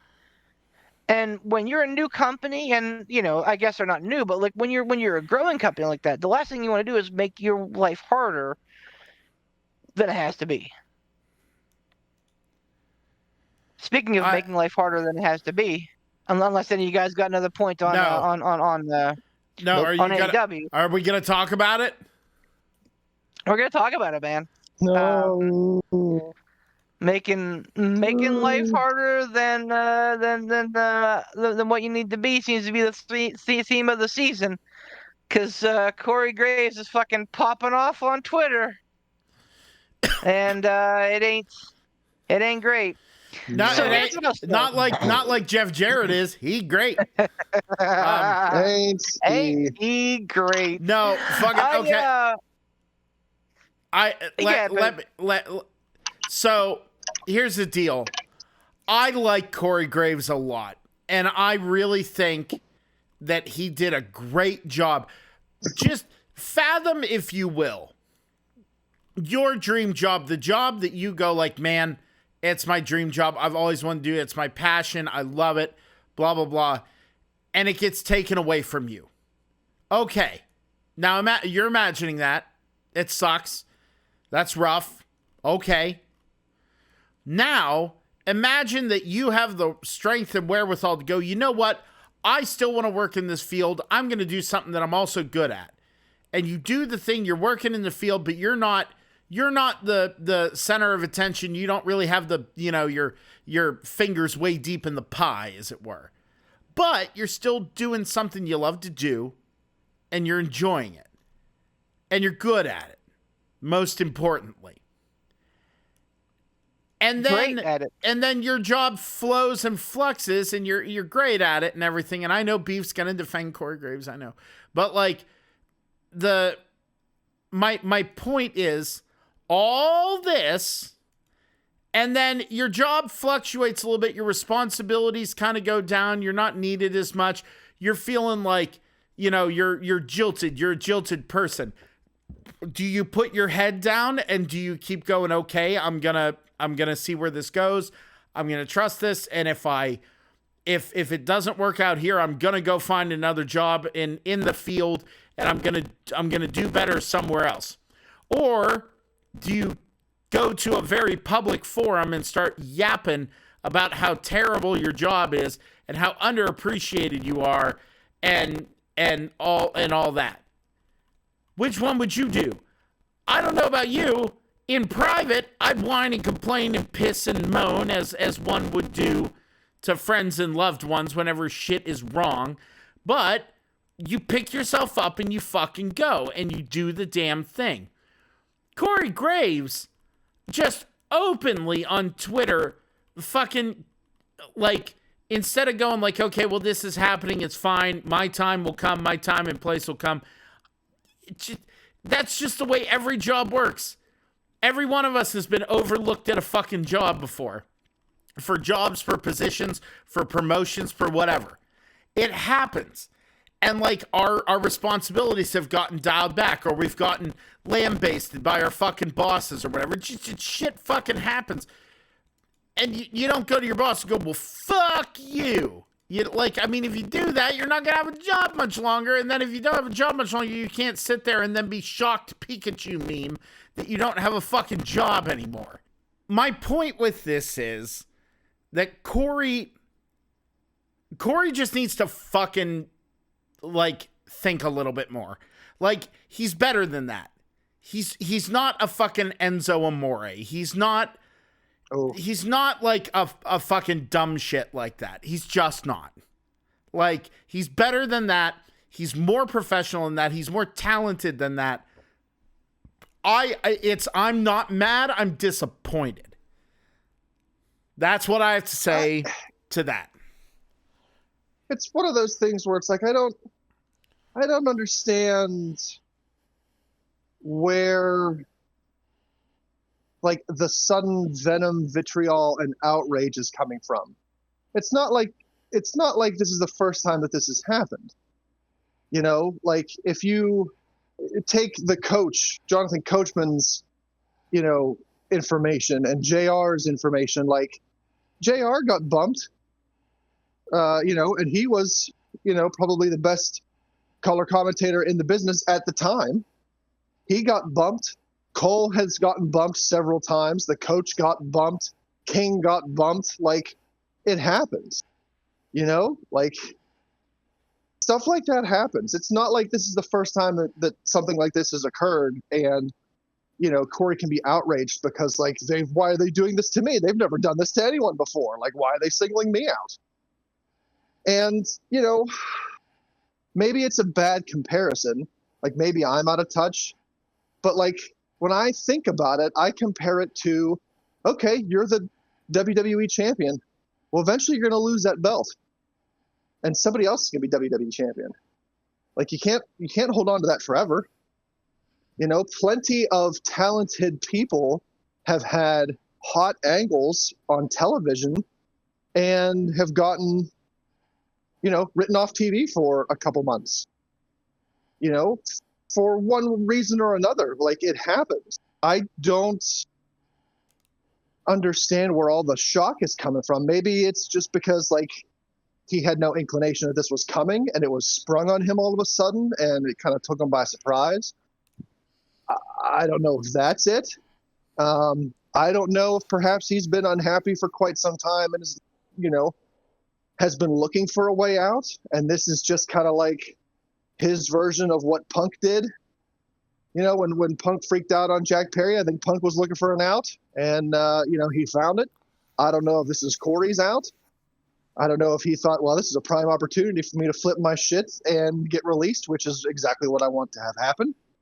I couldn't begin to tell you, but like, if it's a legit gripe and he's not trying purposefully to get canned, I don't understand the sudden popping off. Like, if you want to go, like, there's a much more professional way to do it. Like, yeah, it worked out for Punk. Punk's always been an exceptional case, though. If you're unhappy and you want to leave, like, go have a conversation with Triple H. Like, go tell him. Like, sit down with him. Hey, man, I'm not happy. I'd like to try, maybe going somewhere else. I'd like to try to take a break. What are the chances I can get out of my contract? Like, what can we work out here? Like, sit down and hash it out. If you're not looking to leave and you have a legit problem with being bumped off the commentary team, again, why not go to Triple H? Like, hey, man, like, can we sit down and talk about this? Like, I don't understand.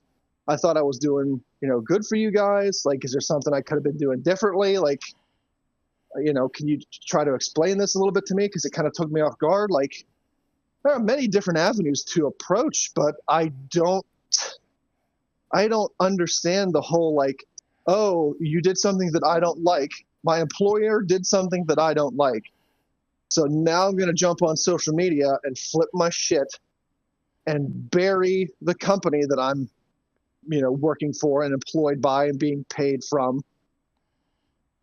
And again, it's all my perception here, but from a me standpoint, that has never been a good look. I have never looked favorably on putting your shit on blast, like on social media. That's never been a good look for me, whether it's wrestling or, any other line of business. Like, and again, maybe I'm out of touch and I need to get with the times, and maybe like nowadays that's the thing that you do is you put your gripes on social media, then you begin the healing process from there. I don't know. But yeah, like going off on a tirade on social media, like what's that going to do to help solve this problem? All it's going to do is put your problems with your company on blast. It's probably going to put your company on the defensive because you just blasted them on social media. So they're probably not going to be looking to sit down and have a rational conversation with you because, now they're on the defensive because of everything that you said. If it's all true, like I still don't fully know. I don't know that any of us, if we can 100% say, this is legit. Like it all might be an angle. Like Triple H is a booking genius, so it really wouldn't put it past me to, if Corey was going to get back in the ring, even for a short stint, I wouldn't put it past them to like play this angle up, like he's putting WWE on blast, and then he comes back and somehow winds up as an in-ring competitor. I hope, beyond hope, that that's the case, that this is all a plan between Corey Graves and WWE for some sort of greater angle. Like, I really do hope it's that, and I hope it's not just Corey getting mad and putting WWE on blast on social media, because nothing about that seems smart to me. So, I think that this is multifaceted.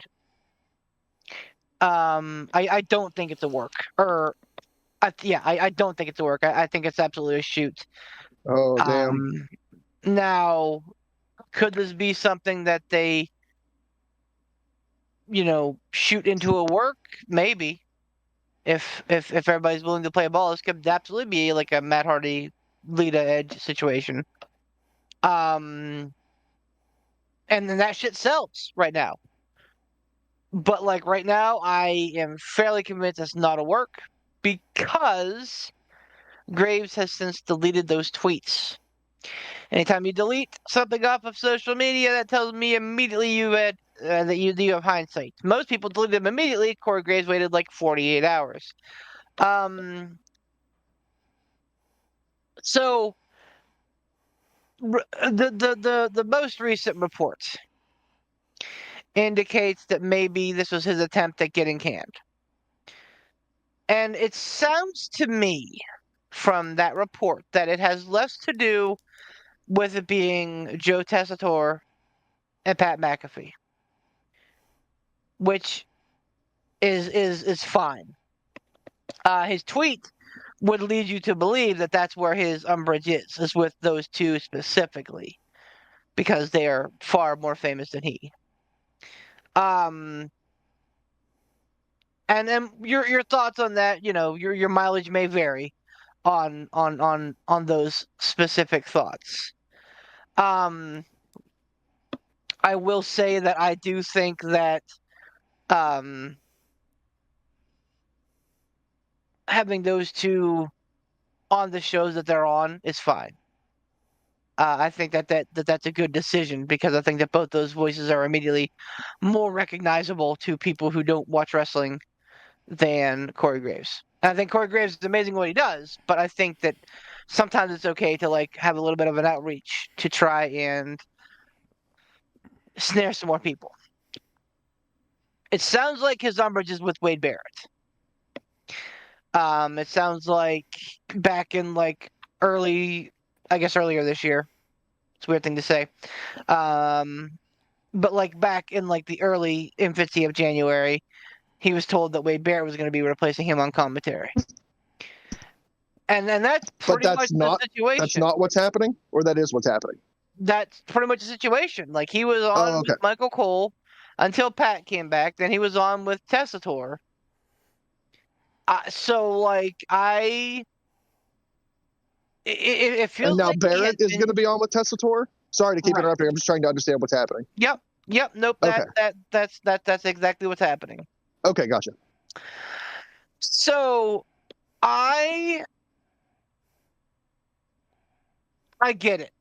If it's me, and that's the case, where they're replacing Corey Graves with Wade Barrett, and that's what he has problems with, abso-fucking-lutely. And I love Wade Barrett.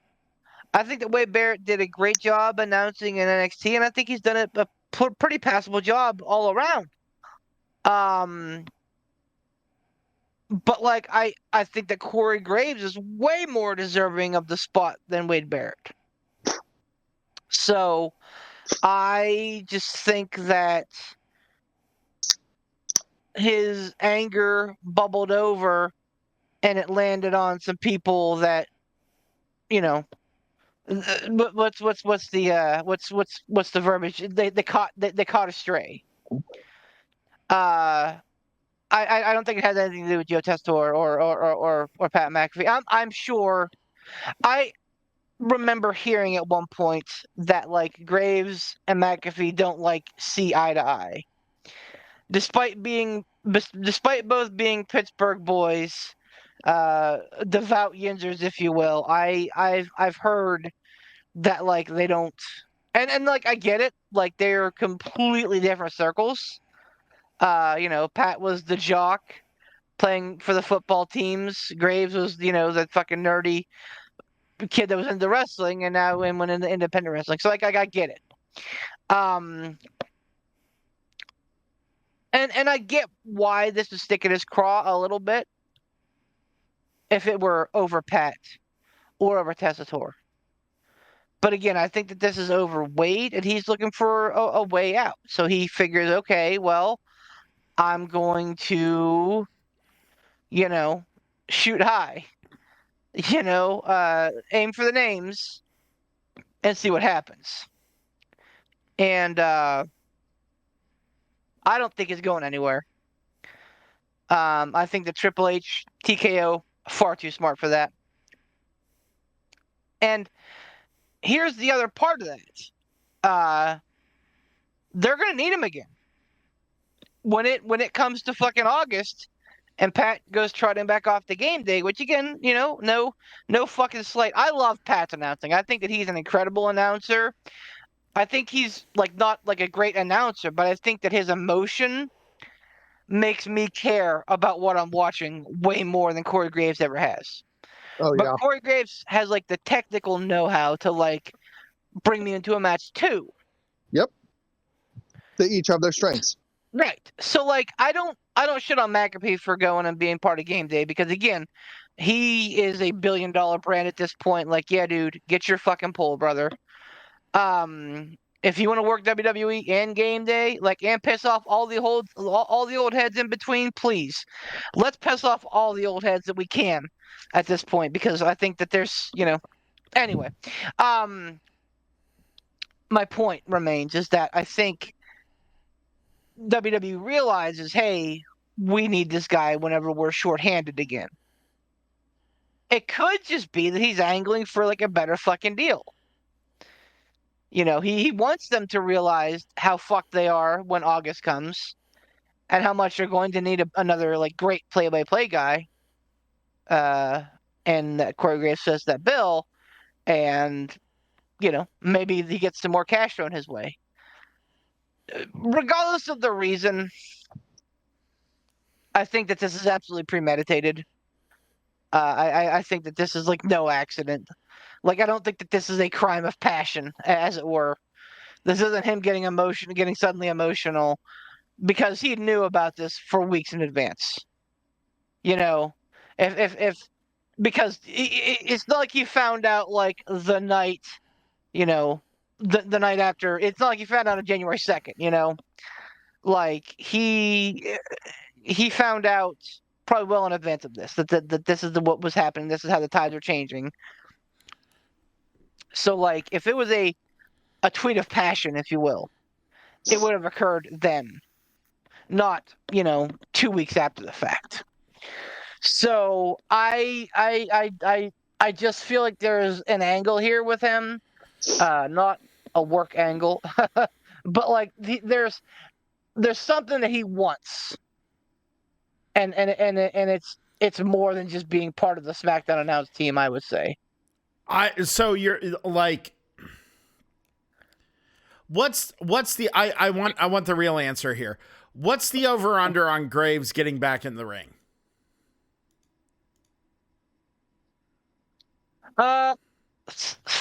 7 years ago, I would have said like 2%. Over under, like, I don't know how that fucking works. Like 90-10. Like 90, he doesn't do it, 10 maybe. But like now, like, we've seen, fucking Danielson come back. We've seen Copeland come back. We've seen fucking Nigel McGuinness come back.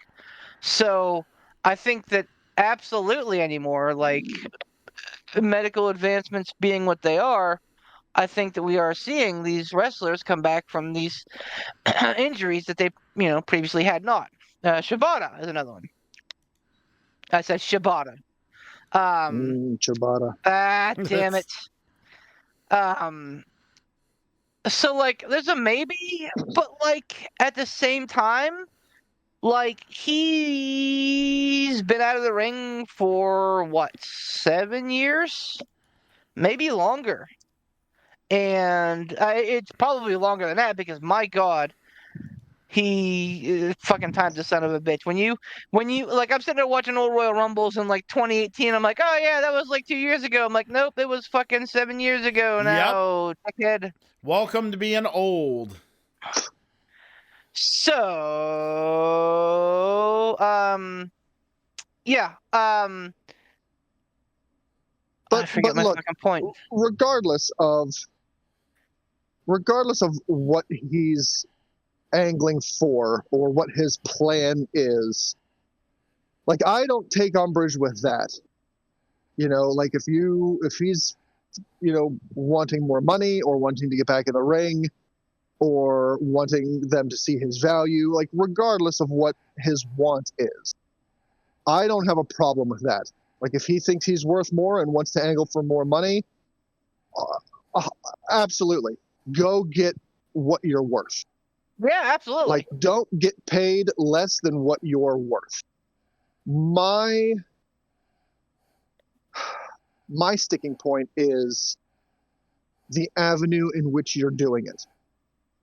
And maybe that shouldn't be my focus, but that's what my focus is. My focus is the way that he's going about it. And again, maybe that shouldn't be the takeaway here. But like that's where I immediately go. I immediately go to, how are you going about getting what you want? And I just don't think that putting your company on blast on social media is the avenue to get what you want. Because Way with the future, dude. 100% digital. Maybe, but like at this point, you're hurting yourself and you're hurting the company that you're working for. You're not helping. You're not helping any party. You're helping yourself, I think. If fucking Money Mark sees that you're upset with your, like, how much you want to bet the minute that TK saw that tweet he was in fucking Corey's DMs? Maybe, but again, if you are thinking about long term, like, okay, Pat's going to go back to game day, WWE is going to need Corey Graves. Corey Graves is under contract. They don't have to let him out. They could shelve him, and continue to have him ride out his contract. Is that really what is going to help Corey? Like, is that going to help him? Well, we don't know how long Corey's contract is either. Like, Corey might be out. Corey might be due for a new deal at the end of March. So that's true. But like at the same time, too, like nowadays, like how many people do you think WWE could replace Corey Graves with? And not just thinking about it as like a Corey Graves fan or what he's capable of or how good he is. Adequately? Yeah. Maybe 3. Maybe that you know of. 3. I mean, like, if we didn't... somebody could come out of nowhere. Like Pat McAfee kind of came out of nowhere. Yeah, but Pat McAfee had been talking as his job for like the last 4 or 5 years. They could get somebody else who has been talking for their job for 4 to 5 years, but just not in wrestling. But not with the wrestling. And that's what made Corey, like, so you already have that though with Pat and with Tessitore. You don't need somebody, you don't need another national voice that doesn't know wrestling. If we're talking about people who like can commentate that are in-house WWE, Wade Barrett's passable. And that's barely. If I think if there were other options, we'd know about them because they wouldn't have fucking Booker T shucky duckying on NXT every fucking week. In-house, killing. Sure. Like if you're talking about in-house availability, sure, there's probably not a whole lot. But like you had just mentioned Wade Barrett, like Wade being passable. Somebody must see something in Wade Barrett to pull Corey off and replace him with Wade Barrett. Like there's got to be something there that got Corey pulled and replaced by Wade Barrett. I think it might be like I understand compared to Corey Graves, Wade Barrett is Bush League. I will give you that. However, however, Wade Barrett, he's taking Corey Graves. Pause for 1 second. I want to walk something back. Wade Barrett and Joe Tessitore have been working together since Joe Tessitore joined Raw back in like September. So I don't think Corey Graves has ever worked with Tessitore, which I think is an important point to be made at some point. But go ahead, Poot, with your point. Fair. Okay. My point was that Barrett, if you take him in a bubble, he's not a bad color guy. He's really not. He's done the thing. He's able to analyze fairly competently.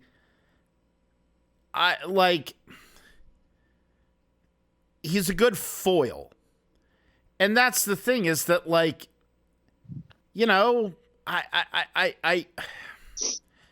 I don't know how else to put it. In a bubble, Wade Barrett's not the worst option. Compared to Corey Graves, I agree with you. Corey Graves is top tier. But I think Wade Barrett also is a little more I hate to put it this way, a little more agreeable.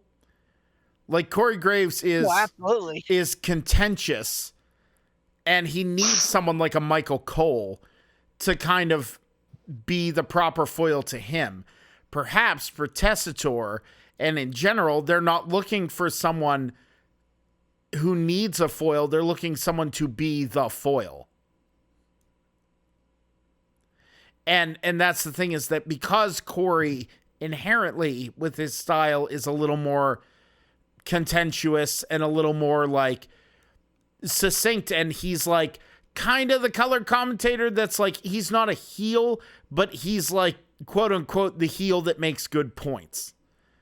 And then if your analytics guy can't either have a good back and forth with him or be able to shut him down, that's a whole different can of worms. You know what I mean? I think that's the thing is Wade Barrett is just overall a little more agreeable and a little more able to be the foil to someone else versus the other way around. That's what I'm getting at. Not just on commentary, but also as a backstage person. So the one thing I love about Corey Graves, I think, is his undoing here is that he is so fucking genuine. Corey Graves is never going to tell you something that you want to hear. Corey Graves is never going to feed you a corporate line. Corey Graves is always so fucking genuine because it's that fucking punk in him, Yeah. He doesn't know how to be anybody but himself, and that's great, except for when it's not, Oh yeah. I'm in a band with one. I'm in a band with one of those. I know how that works. Wade Barrett is more of a company guy who's going to toe the company line. And the reason I brought up the point about Wade Barrett and Tessitore being together is I think it might be not necessarily about Wade Barrett. At this point, it's about comfortability. It's about Joe Tessitore, who is a great voice, known for ESPN Monday Night Football. Great voice and a wrestling fan. But he has this, he's new. So he's developed this bond with Wade Barrett. And I think it's about comfortability with him. I don't think it's necessarily that Corey is worse than Wade. I think it's at this point Joe is more comfortable with Wade because of the bonds that he's established. Now, could they have done a 3-man booth on SmackDown? Probably. Way easier than they would have done with NXT. I watched NXT last week with Corey Graves sandwiched in between Vic Joseph and Booker T. It did not work because Booker T is a loud mouth fucking jagoff. And I mean that in the most, sensible way ever. Wonder what it's He's like great. being around one of them. Hey. Oh, wow. Hey. Turkey ducky beef beef. No, I was talking about you guys not being even- around me. I was going to say, Tom's not even here to defend himself. Wow. Oh, Ah. boy. Jeez, but I like- didn't even go there. Fuck. but I'll have you know, Tom, that it wasn't me. It was beef. It was a joke. It was a joke. You can take a joke. We can all take a joke. I know I'm the loudmouth behemoth Poot was talking about. That's fine. I relish being the loudmouth behemoth. That's fine. Anyway, my point is gone. Damn it. This it's all your fault, Ransom. Me? Yay! I didn't get blamed. How did I get Hold on. blamed for Let me- this? You caught a stray. I went for the name. I got Corey I, Graves. But I think Fuck. that he That's Booker right. T is ridiculous. Great for pre-shows and post-shows. Why is he still there in commentary, but honestly? commentary, it's bad. And Why? Vic Joseph is really good at being the straight man, and he's just doing his damnedest to put up with Booker T. You know why? Because Booker T single-handedly got Trick Williams over. That's why. The whole fucking whoop that trick, the what? Yeah, I like it. That Jeez. hot on, and I liked it. I thought it was great. But I think that bought him a lot of amnesty with the Fed. In addition to him, doing some training of a lot of young people and having him like Roxanne, for example, and and him having that that reach that they like to have. Tendrils everywhere. But I think it's more about political stuff with him there. But it did not work with Corey as the third man there. I mean, Corey was very obviously also pulling a JR from the night where JR got traded to SmackDown without him knowing. If you guys remember that, where JR kind of pooped in his diaper and sat there like a fucking eggplant the rest of the night. Pooped And in his again, diaper. Understandably, if I were JR, I'd be real fucking pissed too, just so that fucking Vince McManiac could have a fucking rib and be back there fucking laughing his ass off Maniac. look Oh, at how pissed off JR is, anyway, but I think something that was brought up, I think Ransom said it was the tweet that the coach put out. Oh, And that yeah. is that hey, Corey, I'm sorry to hear that you're going through some shit, but this is what happens with professional wrestling announcers in case you haven't been paying attention. They come and they go, they ebb and they flow. Corey Graves has had an impossibly amazing streak since he hit the main roster. He was on NXT for a cup of coffee as an announcer before they're like, damn, this kid's good. Let's get him up. And ever since he came up, and that was WrestleMania 31-ish, right around that time, he has been solid on Raw, on SmackDown, on PLEs. He's the guy. He's always fucking been there. So he's had a Michael Cole-esque run, if you will. But that's atypical. Go back and watch some of the old stuff. Like sometimes you'll hear Tony Schiavone, sometimes you'll hear Gorilla Monsoon, sometimes you'll hear Jesse Ventura, sometimes you'll hear Bobby Heenan, sometimes it's like weird rotations of those guys. And then even in like the Attitude Era, you got JR, you got Lawler, you got fucking Paul Heyman subbing in every now and again. The coach was there. It's the coach, yeah. So I mean, like, again, this is the ebb and flow of the and it's just that this is the first time that Graves is experiencing it, and it's frustrating. It's frustrating. I still think there's that there's something more to it, not in like a work kind of way. That like he's angling for something, money, or a better, maybe an option to get back in the ring. Something he wants something out of this. And I think that he thought that this was the vehicle to do it with. And again, like and it's 2025. Like I've seen the word quiet quitting way fucking more than I want to in my lifetime. Produced by fucking like billion-dollar capitalists to make us, rethink what our ideas of the work world is. Like things aren't done the way that they were 20 years ago, which was 2005, by the way. Fuck. So like it's a new world, but like that being said, I don't like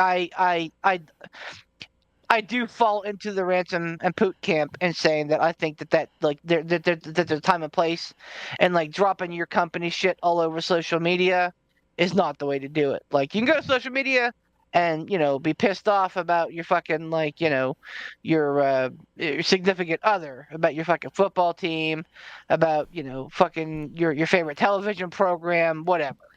But like with work, understanding that that again, and it is because it is 2025, they can also take any moment to say, hey, you're becoming more reliability than we're comfortable with, so we're just gonna let you go. See you later. Play stupid games, win stupid prizes, fuck around, find out, choose your what have you. Real quick, I'll mention. I know we're getting long in the tooth here, Poot. You don't have to say it. I'll say it. That's TNA has a pay-per-view this weekend. Joe Hendry is up for the world title. WWE and TNA signed a multi-year partnership where TNA people will appear on NXT TV and NXT will appear on TNA and vice versa ad nauseum. Don't be shocked if Joe Hendry wins the TNA world title this Sunday, Sunday. I don't know when it is. Super Bowl Saturday, the 19th. That's Sunday. So don't be surprised if Joe Hendry wins on Sunday, and then a week from Saturday, we're hearing, and the individual that drew number 2, say his name and he appears. I think it'll be a good litmus test for what TNA can do for WWE. So just a little bit of a heads up. Watch out for if you're putting money on something. Joe Hendry might not be a bad pick this weekend. Oh, definitely. They'd be dumb. I would have been hard. Go ahead, Ransom. You're good. I would have been hard pressed to imagine Joe Hendry not showing up in the Rumble even before this WWE TNA official deal. Joe Hendry had appeared on NXT previously. Jordan Grace had already appeared in the Royal Rumble. Like I would have hedged my bet that Joe Hendry appears on the Rumble even before this deal. I'd say it's almost a damn well guarantee that he shows up now that they have this deal going on between WWE and TNA. Like at this juncture, I'd be shocked if he didn't show up at the Rumble. Yep. And if TNA's smart, they're absolutely going to put the fucking title on him. Oh, yeah. Like, I mean, the Joe Hendry wave of everyone believing in Joe Hendry, like, has, as all things do in popular zeitgeist, calmed down a little bit. But I'll tell you what, if he wins that belt and he appears in the Rumble, I would not be fucking surprised. I would not be fucking surprised at all if it has a second round. And yep. And like it's good for Hendry, it's good for TNA, it's good for WWE. There's no lose here. No. Nope. And it's positive spin for everybody. And it's just another fucking avenue, another fucking tendril. That's the word of the night tonight. That WWE has reaching out to find what's hot. So if you're paying attention, they got the ID program. They got whatever the hell Booker T's doing down in Texas. Stop it. They got Impact. They got eyes and ears everywhere. Not only the attention of the AEW locker room, I would dare say the WWE is going to be heading for another boom period here in the next 4 to 5 years. Oh yeah. Well, and I've seen a couple, I haven't watched them, but I've seen a couple YouTube videos from some of the channels that wrestling channels that I follow, where the postulation has been, when and how is the WWE bubble going to burst? And the problem with a WWE bubble bursting is not like how the AEW bubble has burst. You know what I mean? The WWE bubble bursting is just, it goes through an ebb and a flow. The bubble bursting on something like AEW or WCW is a whole different can of worms. Yeah. No, I don't think we're anywhere near a bubble burst for WWE. I think if anything, I think we just had a last round of bubble bursting, and now we're going to be on an upswing for the near future. I'd say probably until, if they play their cards right, I would say we got a good 4 or 5 years. I'll throw a little conjecture out there. I'd say 4 or 5 years. I think that's safe. Yeah, I think if they continue on their same path, it's going to be a minute. It's going to be a minute before you see any sort of bubble burst. I agree with Beef. I think WWE at this point, it's on the upswing. And I think they go up and up and up and up and up for a while before there's any risk of they're getting a little too big for their britches. Oh no, big britches. Because again, Triple H ain't no dummy. He knows what he's doing. And he has the people around him that are willing to work with him, not for him. You know what I mean? Yep. And that I think, you know what, that's a beautiful point that you make, because that's, I think, is a very clear-cut difference between Triple H and Vince McMahon. Vince McMahon had people working for him. Triple H has people working with him. Yep. Absolutely. That's a great sentiment. Absolutely. Thank you. It's a great place to call it. Poot, do the thing. We don't have a whatnot, what have you? We might have a whatnot, what have I thought you were ready to put this to bed. Let me see if we have a whatnot, what have you. I wouldn't mind to. I'm, like I said, trying to keep on a sleep schedule with my new breathy apparatus. But I think we got, after the last one we had, I think Poot's all raring to go to stick it to somebody. Oh, I want to stick it good, baby. I mean, we got one. We got one. We have one from Pat, who I think is trying to clear his good name. So if we want to try and take that, we can. Pat's trying to have a redemption arc. Sounds like it. We can't. That shit ain't happening. But that's cool. All right. Jeez. Let's fucking quash it. Just like fucking Obafemi said. Dread it, run from it. Destiny arrives all the same, or at least we do. Other than Brother Brutai, what 5 names did Brutus Beefcake go under while in WCW? Oh, the Zodiac. That's a good question. The Zodiac's one of them. Yeah. Was he the disciple? Yes. Yeah. Yep. He was Hogan's lackey, right? Yeah. Was it Booty Man? That was yes, the Dungeon of Doom thing, right? Booty Man. Yeah, he was Booty Man. That's what 3 off the fucking bat, right? Yeah.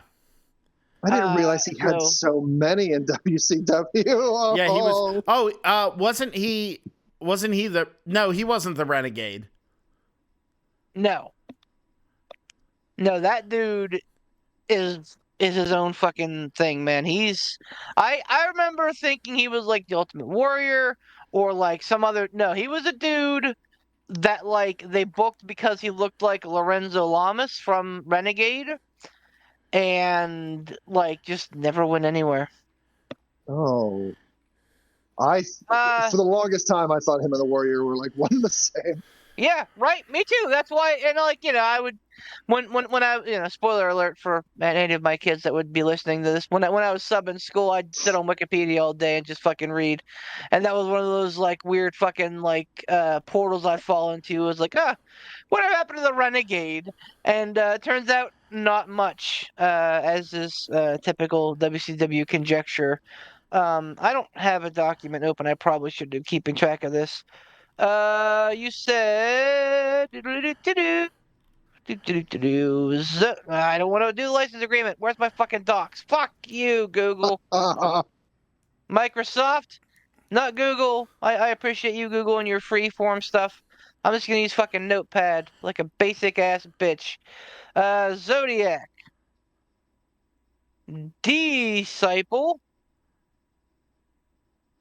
I can't spell that, but I know what I'm talking about. Brother Brutai. Um, he said other than Brother Brudai. Oh, The Booty The Man. Booty Man. Wasn't he also didn't he do a fucking angle where he couldn't remember who the fuck he was? yeah, he was the Probably. man with no name. The man with no name. Yeah. Oh God, what a dumb fucking I'm not even thing. gonna fucking question that because Ransom came up with it immediately. It sounds like it was a fucking rehash of Cactus Jack. So okay, here's how the question's phrased, and tell me if I'm off on this. Other than Brother Brudai, what 5 names did Brutus Beefcake go under in WCW? Wouldn't Brutus Beefcake also actually? I don't think he ever was Brutus Beefcake in WCW, wasn't he? Probably not, because that probably was Right. WWE intellectual property. Right. So how many do we have? 3? 4. Zodiac Disciple, Booty Man, the man with no name. Did he ever go by his real name, Ed Leslie? No. Okay. Didn't go by and okay. Oh. Did he do anything at like that was like Beefcake adjacent?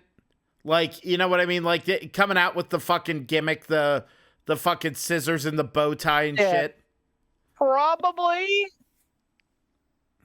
British shortcake. Well, he probably. I think he's because he did that like right at the end. I think of his like WCW run, so he was still billed as the disciple, even though like he was acting like Brutus Beefcake. I think.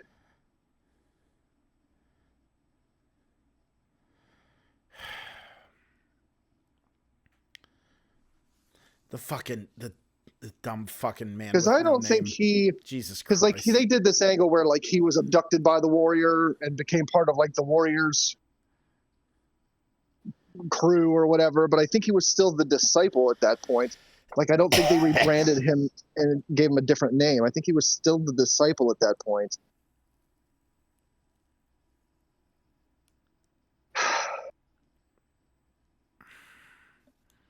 So other than Brother Brudai, yeah.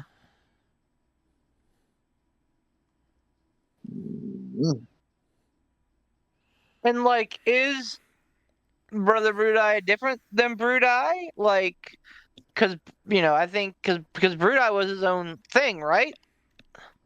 So like, I don't know. That's probably the same. I would imagine it's probably the same. I don't know. Fucking Ed Leslie, man. Who could have guessed how fucking terrible he'd be forever? Everybody who ever watched him wrestle. jeez. Nah, man. Booty Man was my only fucking contribution.